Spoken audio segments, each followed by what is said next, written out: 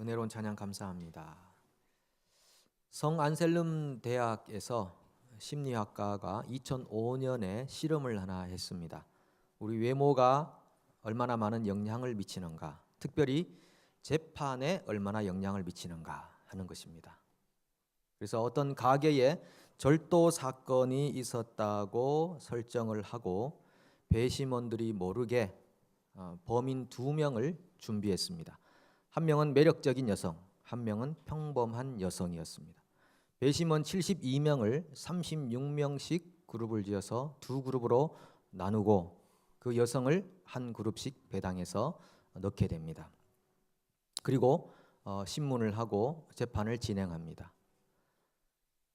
근데 평범한 여성은 36명 중에 약 20명이 유죄라고 판결을 내렸습니다.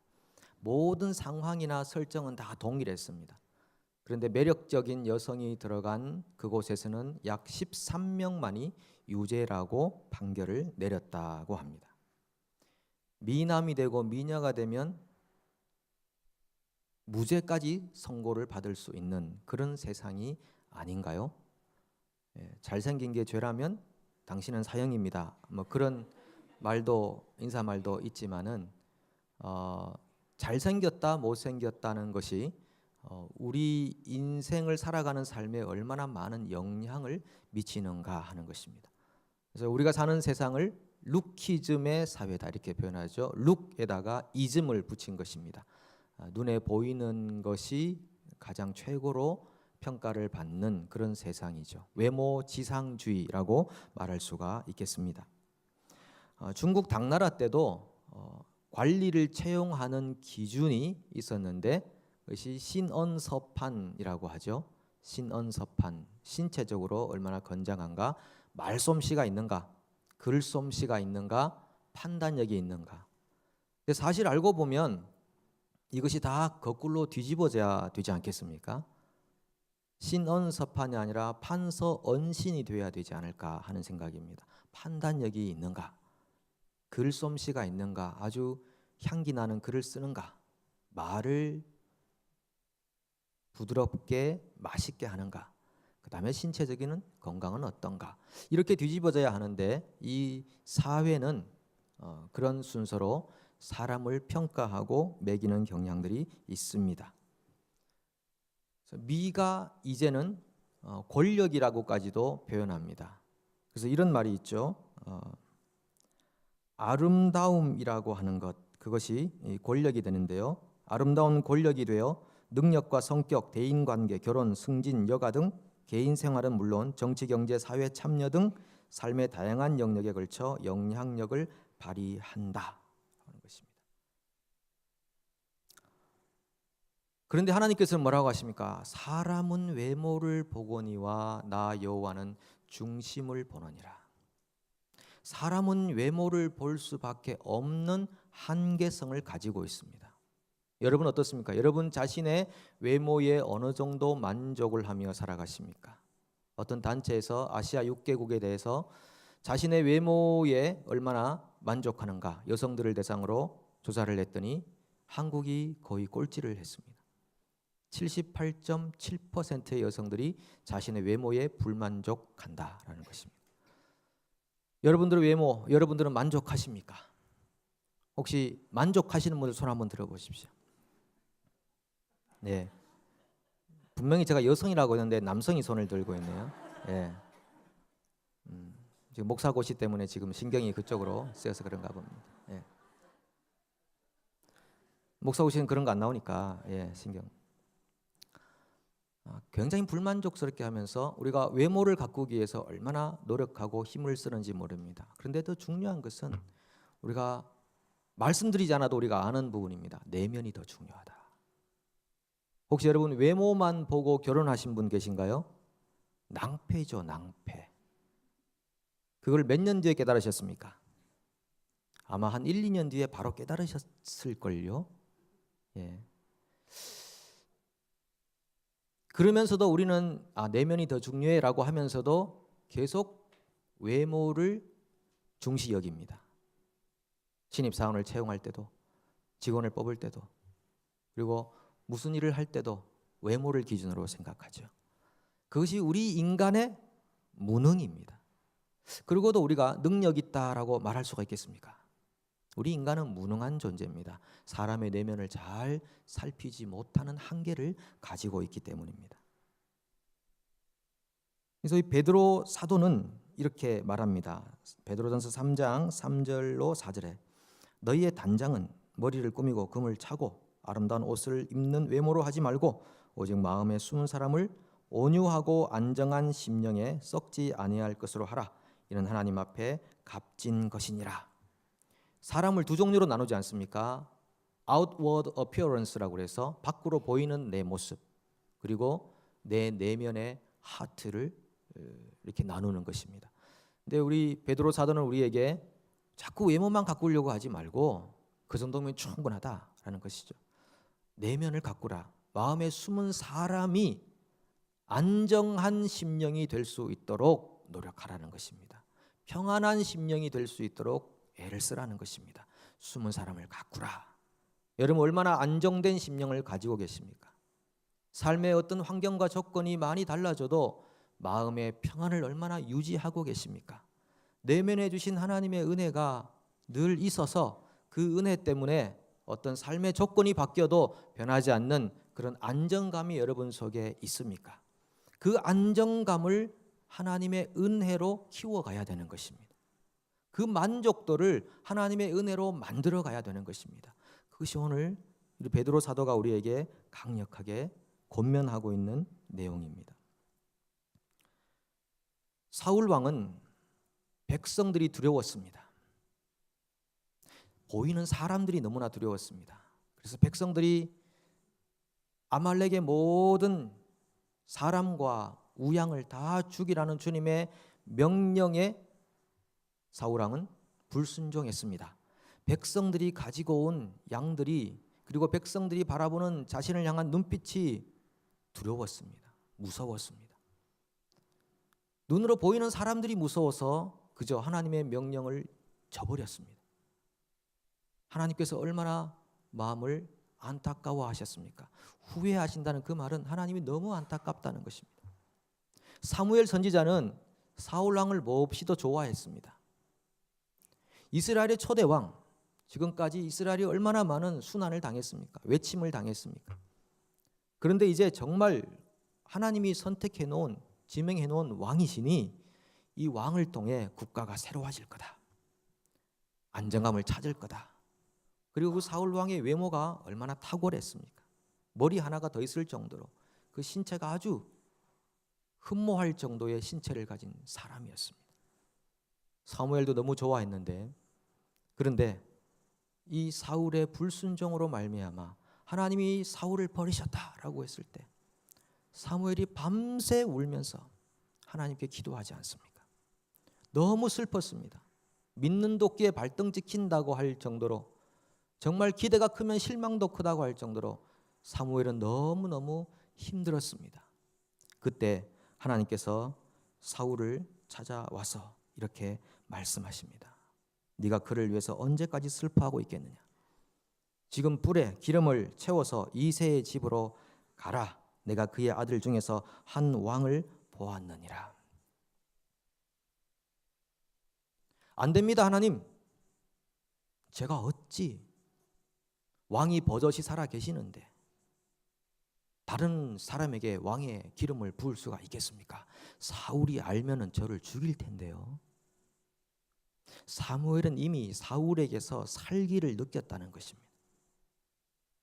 여러분, 사람의 종류를 크게 세 가지로 나눠볼 수 있겠습니다. 항상 이기적이고 교만한 사람. 두 번째는 겸손하고 이타적이었다가 힘이 생기고 물질이 생기고 파워가 생기면 변질되어서 교만하고 이기적이 되는 사람. 그리고 세 번째는 항상 이타적이고 겸손한 사람. 사울은 두 번째에 속할 것입니다. 그가 처음에 왕으로 부름받았을 때 얼마나 겸손했습니까? 그런데 그에게 권력이 주어지고 힘이 주어졌을 때 그가 하나님을 버리게 됩니다. 단순히 마음의 상태가 변질되었다는 것뿐 아니라 하나님을 버리게 됩니다. 교만이라는 것은 하나님을 버리는 행위가 되는 것입니다. 변질된 것입니다. 그래서 그는 하나님의 지명에 의해 된 왕이었음에도 불구하고 실패한 왕으로 전락하고 말았습니다. 그래서 그 사울에게서 살기를 느낀 사무엘이 못 갑니다라고 했을 때 하나님 뭐라고 하시냐면은 이새의 집으로 갈 때 제사 드리러 간다고 그래라 그렇게 말씀하십니다. 하나님의 지혜입니다. 한 번씩 살다 보면 하나님보다 더 의롭게 살려고 하는 분들이 가끔 계십니다. 그러니까 윤리적으로 탁월하게 내가 얼마나 의로운지 아느냐 그러면서 예를 들면 이 상황에서도 하나님 어찌 그렇게 말씀하실 수 있습니까? 액면 그대로 얘기해야 되죠. 내가 지금 다른 한 사람에게 왕의 기름을 부어러 가노라. 저는 목에 칼이 들어와도 그렇게 말하겠습니다. 가끔 이런 분들이 계시는데 성경은 윤리를 초월한다고 분명히 말씀을 드렸습니다. 하나님의 지혜가 이곳에 있었습니다. 이거는 거짓말의 상태가 아니라 하나님의 지혜가 있었습니다. 만약에 사무엘이 그냥 그렇게 자기의 의로움을 내세우기 위해서 저는 그냥 왕에게 기름 부으러 간다고 솔직히 말하겠습니다 라고 했다면 그 이후로 사무엘을 본 사람은 아무도 없었을 것입니다. 바로 사울의 칼날에 죽임을 당했을 겁니다. 이 사무엘이 하나님의 지혜를 얻고 제사 준비를 하여서 이새의 집으로 달려갑니다.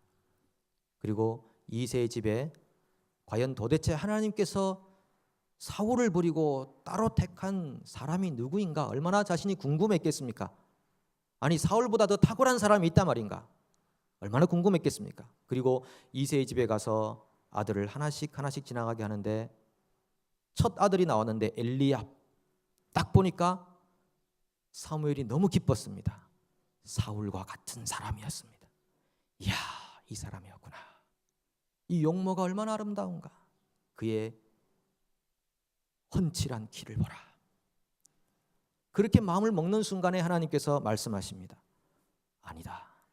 나는 이미 그를 버렸다. 하나님은 왜 엘리압을 버리셨을까요? 왜 엘리압을 버리셨을까요? 그 이유가 그 본문에 나와 있지 않지만은 그 다음의 본문에 가면 잘 나와 있습니다. 언제 드러나는가 하면은 사무엘상 17장이죠. 한 장 뒤로 가면은 이 골리앗 장군이 와서 이스라엘을 핍박할 때 이스라엘의 군대를 막 모욕하고 있을 때 그때의 상황입니다. 온 이스라엘 군사들이 벌벌벌 떨고 있습니다. 큰일 났다. 죽었다. 뭐 거의 2m 30, 3m 가까이 되는 그런 장군이 나와서 호령을 하고 있는 거예요. 나와 전쟁할 자 나오라. 이렇게 이스라엘 군대를 상대로 모욕을 주고 있는 그 상황에 이스라엘 군사들은 아무도 나서지를 못했습니다.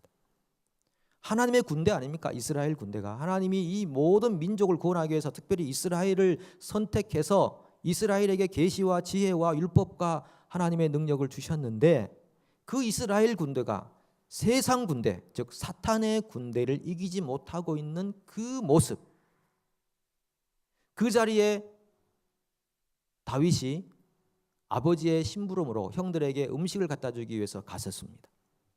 그런데 들어보니까 가관이 아니거든요. 엄청나게 큰 사람이 와서 막 호령은 하는데 이 다윗의 가슴에 의분이 일어났습니다. 어떻게 하여 할례 없는 저 백성이 살아계신 하나님의 군대를 저렇게 모욕하는가? 옆 사람에게 그렇게 말합니다. 당신들 듣고 있습니까? 저 할례 없는 백성이 어떻게 하나님의 군대를 이렇게 모욕하고 있습니까? 여러분 가만히 계십니까? 라고 할 때 그때 첫째 형 엘리압이 나타나서 이렇게 다윗에게 이야기합니다. 사무엘상 17장 28절입니다. 네가 어찌하여 이리로 내려왔느냐?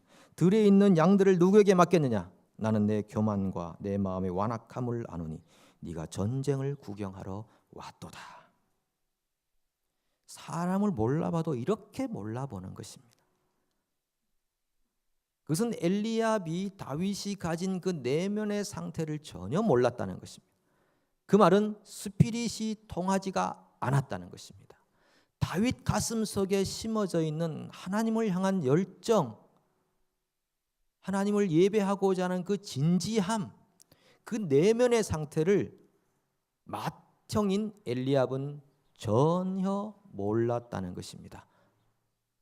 그리고 이 전쟁의 상황에서 양이 중요합니까? 들에 있는 양은 누구에게 맡기고 네가 지금 이 자리에 와 있느냐? 네가 지금 전쟁 구경하러 왔지? 라고 하는 엘리압의 마음의 상태를 하나님은 아셨다는 것입니다. 그래서 하나님은 나는 이미 그를 버렸노라. 우리의 마음의 상태를 하나님이 모르시겠습니까? 때로는 사람은 속일 수는 있어도 하나님은 절대 속일 수 없는 거 아니겠습니까? 그리고 둘째 아들, 셋째 아들, 일곱째까지 지나갔는데 하나님이 마음에 감동을 주시지 않습니다. 이 사람이다라는 그런 마음에 감동을 주시지 않습니다. 큰일 났습니다. 이게 전부입니까? 아니요, 한 사람 더 있는데, 막내가 있는데 저 들에서 그냥 양치고 있습니다. 이 말은 별 볼 일 없는 애입니다. 그 말입니다. 뭘 굳이 그 애까지 오게 하시려고 하는 겁니까? 사람은 외모를 보는 것입니다.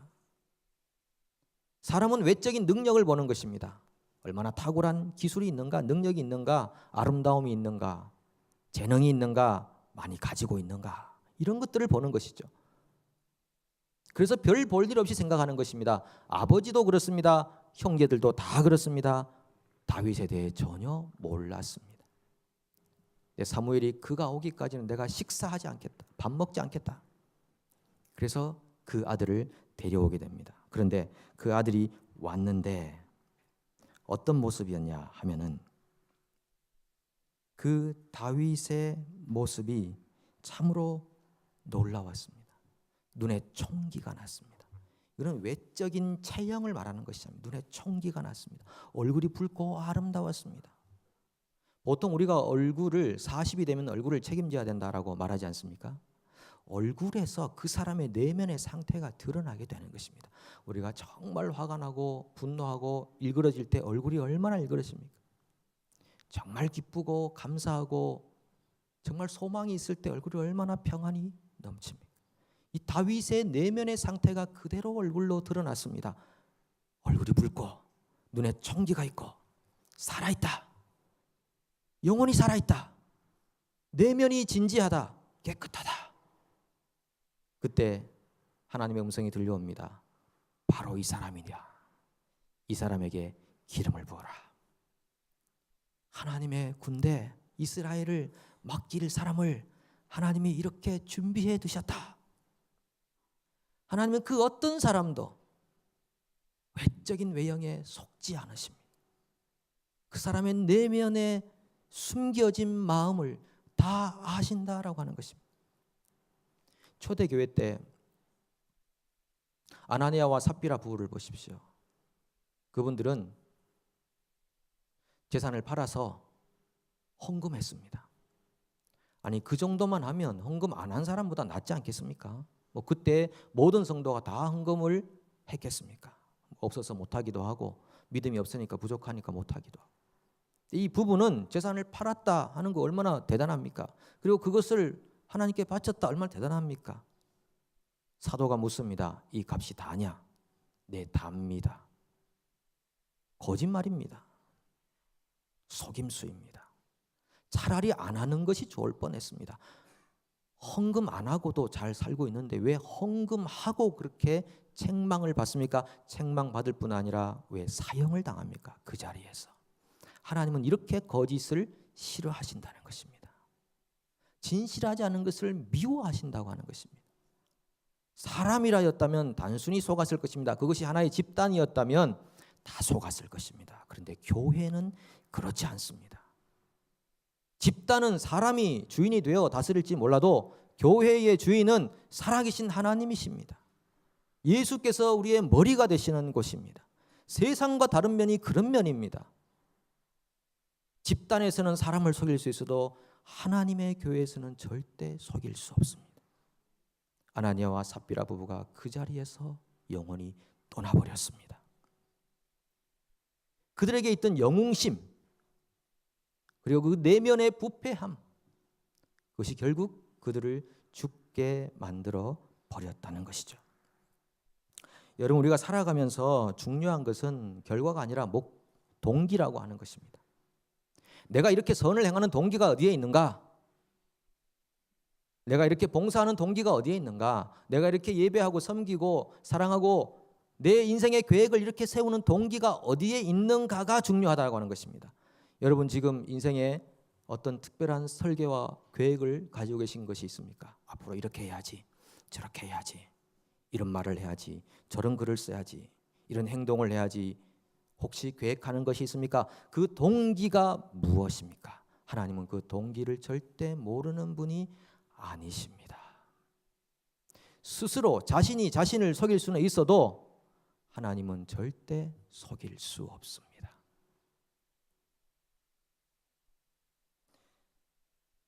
우리가 살다 보면은 겉과 속이 다른 경우가 있습니다. 표리부동이라고 그렇게 말하죠.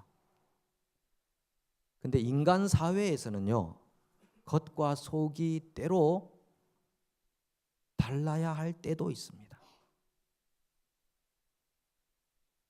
속에 있는 감정을 그대로 표출한다면 이 사회가 얼마나 무질서한 사회가 되겠습니까? 파괴될 겁니다. 아마. 분노심 그대로 다 표현을 하고 행동을 하고 하면은 관계는 다 깨질 것이며 이 사회 자체가 질서가 다 무너질 것입니다. 그래서 보통 우리가 이것을 포커 페이스라고 이렇게 말하죠. 포카를 가지고 있으면서 좋은 포카를 딱 가졌을 때 웃으면 안 되는 것입니다. 큰일 났다 하는 표정을 짓는 것이죠. 나쁜 포카를 가졌을 때 얼굴을 찡그리면 안 되는 것입니다. 웃는 척 해야 되는 것입니다. 이게 우리가 살고 있는 세상 아니겠습니까? 왜 그럴까요? 이 사회가 다 죄악으로 충만하기 때문에 그렇습니다. 죄가 없는 세상이라면, 에덴 동산이었다면, 우리가 갈 천국이었다면 포카페이스가 필요 없습니다.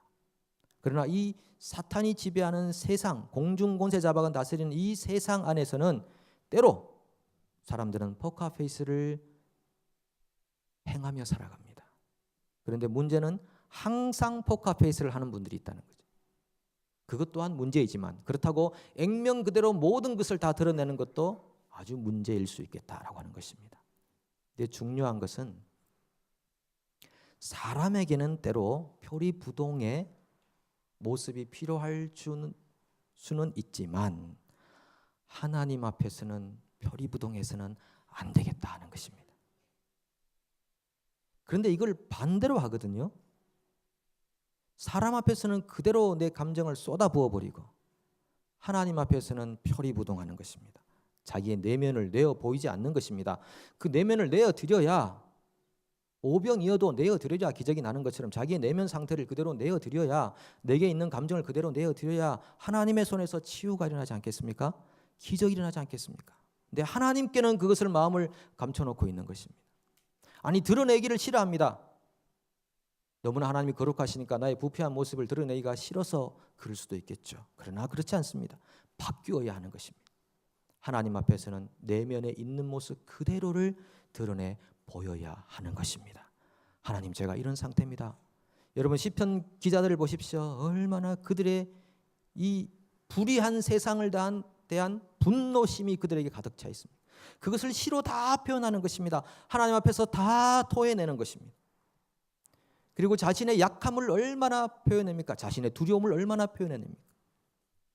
남자는 눈물을 흘리면 안 된다. 그런 윤리적인 그런 유교적 사고, 그런 것들이 우리를 얽매고 있어서 하나님 앞에 자신을 오픈하는 일을 몹시 어려워하고 있는, 특별히 우리 한국 민족의 그런 모습이 아닌가 싶습니다. 오늘 하나님께서 우리에게 묻습니다. 너는 내 앞에 너 내면이 정직하냐?